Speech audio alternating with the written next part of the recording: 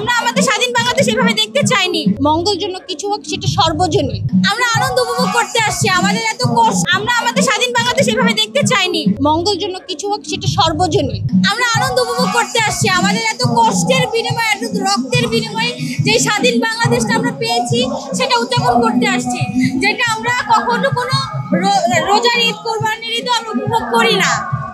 এত আনন্দ আমরা কখনো আর হইনি, কারণ এত মায়ের বুক খালি হওয়ার পরে, এত রক্ত দেওয়ার পরে আমরা এই স্বাধীন বাংলাদেশ পেয়েছি।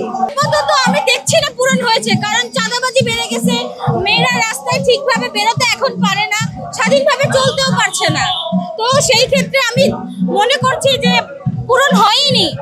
আমরা আমাদের স্বাধীন বাংলাদেশ এভাবে দেখতে চাইনি, আরো সুন্দরভাবে দেখতে চেয়েছিলাম, যার কারণে এত রক্ত, এত ভাইদের প্রাণ গেছে। ঠিক আমরা যেন স্বাধীনভাবে চলতে পারি, আমরা রাস্তাঘাটে মেয়েরা যেন হ্যারাস না হই, কোনো সমস্যা আমাদের না হয়, এগুলোই চাচ্ছি, যে স্বাধীনভাবে যেন চলতে পারি, এতটুকুই। নারীর অধিকারটা যেন বজায় থাকে।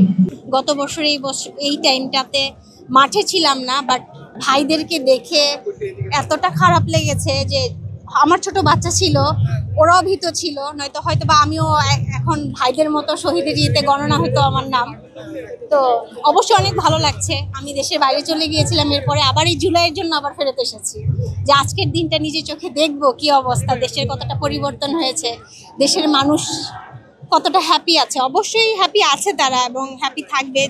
যে সরকার ক্ষমতা নিয়েছে, তত্ত্বাবধায়ক সরকারের হিতে এখন যিনি আছে আর কি, উপদেষ্টা, উনি অবশ্যই দেশে ভালো কিছু করবে, সেটার জন্য আমাদেরকে ধৈর্য ধরে রাখতে হবে। মানে কোনো কিছু তো চাইলেই হয়ে যাবে না, যে আমি চাইলে আমার হয়ে যাবে। এত বছর ধরে যে অন্যায়, অবিচার, যে অনিয়মগুলো হয়েছে, সেগুলো তো ঠিক করার জন্য তো তাকে একটা টাইম দিতে হবে। 1 বছরের ভিতরে তো আসলে 15 বছরের সমস্যা সমাধান করা সম্ভব না।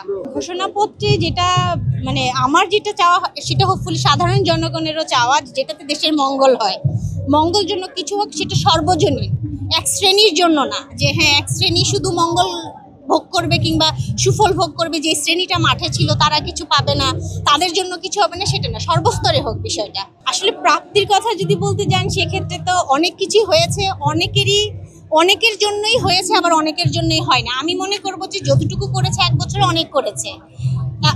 ওনার জায়গায় আমি থাকলে হয়তো এইটুকু, মানে কিছুই করতে পারতাম না। আমার চিন্তা করতেই 1 বছর চলে যেত যে আমি কোন দিক থেকে শুরু করব।